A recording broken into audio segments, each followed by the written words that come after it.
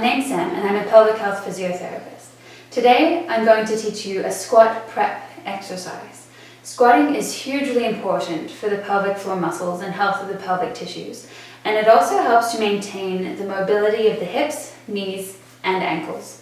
But because most of us have not squatted throughout our lifetimes, this exercise does need to be eased into. So this prep exercise, which is actually non-weight bearing on your hands and knees, is a really great way to start doing that. Alright, so now let's get into the actual exercise. Mickey here is going to help me demonstrate, and we're going to start in a hands and knees position. So hands are under your shoulders, knees are under your hips but slightly wider, and then the feet will also be tucked under so that the soles of your feet are pointing away from you. Great, and we do want to have the feet in line with the knees rather than too close together or further apart. Alright, so we're going to start by going into kind of that cat-cow position where you're dipping down and relaxing your lower back down into a bit of an arch. Great, as far as you can comfortably go, but you don't want to force anything here.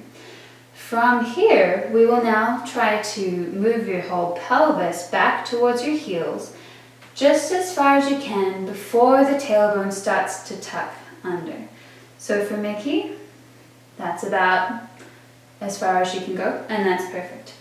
So from here, you might feel there's a lot of pressure in your back at the moment. So we will come down to rest onto your elbows, just to take the spine out of that unnecessary extension.